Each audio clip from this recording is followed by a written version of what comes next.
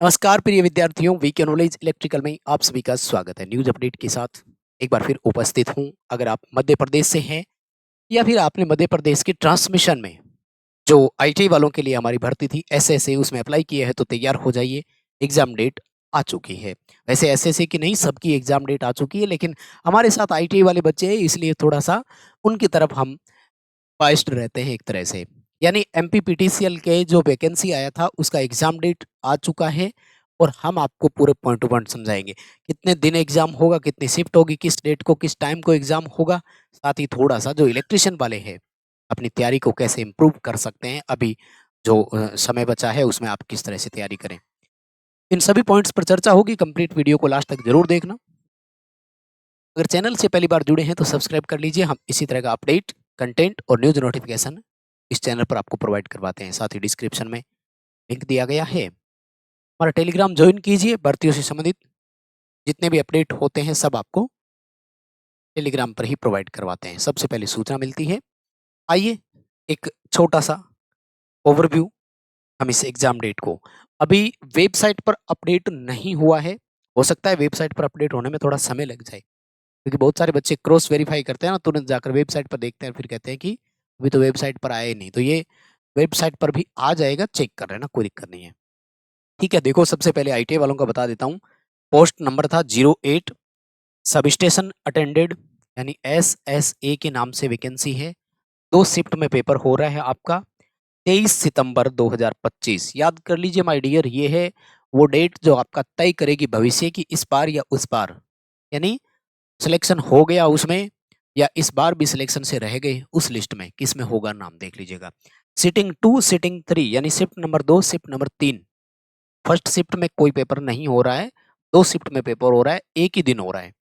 23 सितंबर 2025 second shift और third shift में। Second shift का जो टाइमिंग है वो 1 बजे से 3 बजे का है, और जो थर्ड शिफ्ट है वो 5 बजे से लेकर 7 बजे तक शाम को चलेगी। यार इतना लेट तक पेपर ले रहे हैं, थोड़ा समझ से परे ही है ना। 7 बजे तक पेपर लेना मुझे लगता है ज़्यादा हो जाएगा। ठीक है, कोई बात नहीं, आपको ये जो डेट दिख रही है इस डेट के लिए आपको तैयार रहना है। एडमिट कार्ड और उसके लिए फुल अपडेट जब आएगा तो आपको उसका भी विस्तृत डिटेल दे देंगे। अभी बाकी और डिटेल आपको बता देते हैं। तो assistant engineer transmission grade second exam होगा 22 सितंबर को फर्स्ट शिफ्ट में। जूनियर इंजीनियर 2 शिफ्ट में पेपर हो रहा है। 22 तारीख की एक मॉर्निंग में होगा, यानी आपका सॉरी मॉर्निंग क्या, सेकंड और थर्ड शिफ्ट में जो 1 बजे से 3 बजे और 5 बजे से 7 बजे तक जो शिफ्ट चलती है वही वाली दोनों की कॉमन। और उसके बाद में जूनियर इंजीनियर सिविल वालों के लिए, तो सिविल का सुबह मॉर्निंग शिफ्ट में होगा 23 तारीख को, और इसी 23 तारीख को सब स्टेशन अटेंडेड का सेकंड और थर्ड शिफ्ट में हो रहा है, यानी 23 तारीख की तीनों शिफ्ट में पेपर हो रहे हैं। और सर्वेयर अटेंडेड क्लास 4 का, ग्रेड 4 का जो वैकेंसी है उसके लिए एक ही शिफ्ट में पेपर हो रहा है 24 तारीख, और मॉर्निंग शिफ्ट में पेपर हो रहा है 9 बजे से लेकर 11 बजे तक। तो ये है अपडेट अभी तक का, और आई होप कि आपने भी ये जो नोटिफिकेशन है इसको देख लिया होगा। आगे बढ़ेंगे, लेकिन उससे पहले आपको बता देते हैं कि इन सभी चीज़ों के लिए अगर आपको सुव्यवस्थित तैयारी करनी है तो वैसे तो शायद अभी पर्याप्त नहीं रहेगा, लेकिन फिर भी अगर आप चाहते हैं तो एप्लीकेशन पर हमने आपके लिए एक special topic wise test series शुरू की है, जो कि आज ही शुरू हुई है। और इसमें हम आपको अ, सभी टॉपिक्स पर जो है वो सीरीज पर जो टेस्ट सेट है वो प्रोवाइड करवाते हैं। इलेक्ट्रिशियन ट्रेड आधारित इसमें टेस्ट रहेंगे, तो आप चाहें तो इससे प्रेडिक्शन कर सकते हैं। और स्पेशल अगर आपको एमपीपीटीसीएल के लिए ही देखना है तो उसका भी आप प्रैक्टिस जो है वो कर सकते हैं। हम आते हैं सिलेबस पर। देखो, मेरा ये मानना है, क्योंकि अभी समय है आपके पास लगभग 20 दिन, आप बड़े तौर पर मानकर चलें। और मेरा ये मानना है कि किसी भी भर्ती में एग्जाम देने से पहले अगर आप जाते हैं तो आपके पास उसका ब्लूप्रिंट यानी ओवरव्यू होना बहुत जरूरी है, जिससे आपको ये पता लगे कि किस दिन जो है वो एग्जाम हो रहा है, तो उसमें आएगा क्या क्या हमारा, मतलब एग्जाम का आपको ये पता होना चाहिए कि उस एग्जाम में क्या क्या चीजें हमसे पूछी जाएगी। तो आपसे क्या पूछा जाएगा, देखो भाई, आपके यहाँ जो सिलेबस रहेगा उसमें एक तो है आपका नॉन टेक्निकल, और नॉन टेक्निकल है ये पूरा आपके सामने, ये देखो। शायद आपने सिलेबस देखा होगा, लेकिन एक बार और बताता हूँ, और खासतौर से टेक्निकल वाले की मैं बात करूंगा, जिसकी डेली हम आपको यूट्यूब पर क्लास भी दे रहे हैं। ठीक है, इसमें आपका आएगा जनरल अवेयरनेस का, जो कि सभी पोस्ट के लिए कॉमन सिलेबस है। क्या क्या आएगा, world history geography, Indian history geography, इतना तो ये रहेगा। कितना बड़ा सिलेबस है ये, अपने आप में छोटा नहीं है। इंडियन मॉडर्न हिस्ट्री भी अगर आप पढ़ेंगे तो बहुत हो जाती है, और उसमें सारा आएगा देखो, है ना? इकोनॉमिक और ह्यूमन जियोग्राफी, इंडिया का पूरा, भारत का पूरा, मतलब भूगोल पढ़ना बहुत छोटी बात नहीं है भाई। उसके बाद में कॉन्स्टिट्यूशन यानी संविधान से रिलेटेड, लीगल नॉलेज और एनवायरमेंटल के बारे में जितने भी सवाल है, फिर उसके बाद में स्टेट का GK, Madhya Pradesh general knowledge यानी एमपी स्टेट का जीके, फिर करंट अफेयर देखो इसमें पूरा नेशनल और वर्ल्ड में भी कोई इम्पोर्टेंट रिसेंटली कुछ घटित हुआ हो तो वो भी ध्यान रखना पड़ेगा, यानी बहुत बड़ा है भाई। आईटी भी आएगा देखो इसमें, इंफॉर्मेशन टेक्नोलॉजी भी दिया है, मतलब कंप्यूटर, इंटरनेट, इससे जुड़ा हुआ सवाल भी पूछेंगे, और जनरल मैथमेटिक और रीजनिंग। फिर बताओ पीछे बच ही क्या गया?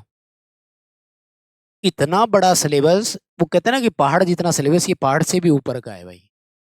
मतलब math, reasoning, computer, current affair, MP state का जीके, इंडिया का जीके, वर्ल्ड का जीके, तो फिर पीछे रह ही क्या गया? तो सब्जेक्ट बच गए थे इंग्लिश और मैथ, वो हिंदी, वो और जोड़ देते, हो जाता काम। ये तो बहुत ज़्यादा हो गया मुझे लगता है। और उसके बाद में देखिएगा ट्रेड में अगर आते हैं तो ये रहा ट्रेड का।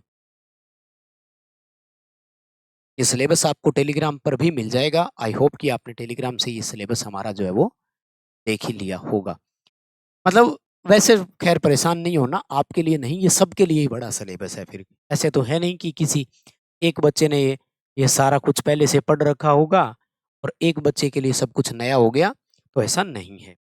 ये क्या चीज़ है? Sub station attended training post के लिए ट्रेड का सिलेबस क्या आएगा, यानी टेक्निकल में। तो टेक्निकल में देखो engineering drawing, workshop calculation and science. अब आप देखें ना अगर, तो वर्कशॉप कैलकुलेशन एंड साइंस में मैथ पूरी आती है, और फिर वो उष्मा उपचार, धातुएं, उत्तोलक, घर्षण, वो अगर सारे चैप्टर आप पढ़ने जाएंगे तो बहुत बड़े वही हो जाएंगे। घनत्व, आपेक्षिक घनत्व, बल, है ना, वो सारे आ जाते हैं इसमें। तो ये अपने आप में बहुत बड़ा चैप्टर। इंजीनियरिंग ड्राइंग तो वैसे ही है ना, आईटीआई के बाद बच्चा छोड़ ही देता है उसे। और उसके बाद में अगर यहाँ आ जाते हैं तो डीसी मशीन, अब डीसी का मोटर और जनरेटर दोनों है। अर्थिंग में कोई लिमिट ही नहीं होती है, कैसे ही सवाल बना लो। मेजरमेंट और इंस्ट्रूमेंट में बहुत बड़ा है। कहने को तो वो बोल देंगे कि 8 ही तो टॉपिक दिए, लेकिन इनको क्या पता 8 टॉपिक कितने बड़े। फॉर एग्जाम्पल इंडक्शन मोटर लिख दिया, तो इंडक्शन मोटर दो है, 3 फेज की और सिंगल फेज की। और अगर 1 फेज और 2 फेज दोनों, 3 फेज दोनों की देने लग जाए तो कितना बड़ा सिलेबस है। चलो फिर भी ये तो बच्चा पढ़ता है और टच में है, कवर कर तो लेगा। कोई बात नहीं, आपको अपने हिसाब से ये चीज़ें कवर करनी है, ठीक है ना? इलेक्ट्रिकल कंपोनेंट, अंडरग्राउंड केबल का, तो इसमें ज़्यादा आपको चिंता करने की ज़रूरत नहीं है। आराम से पढ़ो, ये इतना सा सिलेबस है आपका, और इस सिलेबस को आप जो है वो एक बार जितना पढ़ सकते हैं, ज़्यादा बर्डन देकर नहीं करना, क्योंकि सबके लिए नया सिलेबस है। और खास तौर से आप अगर चाहें तो पुराने पेपर अभी जो रिसेंटली एमपी लाइन अटेंडेड किए हुए थे उनको पढ़ लीजिए, थोड़ा ज़्यादा रहेगा सही। और वो हमने आपको लाइफ टाइम मेंबरशिप में प्रोवाइड करवा रखा है। आई होप कि आपने लाइफ टाइम मेंबरशिप भी ज्वाइन कर ही रखा होगा। चलिए बहुत धन्यवाद, वीडियो अपने दोस्तों के साथ शेयर कर देना जरूर। Thank you very much.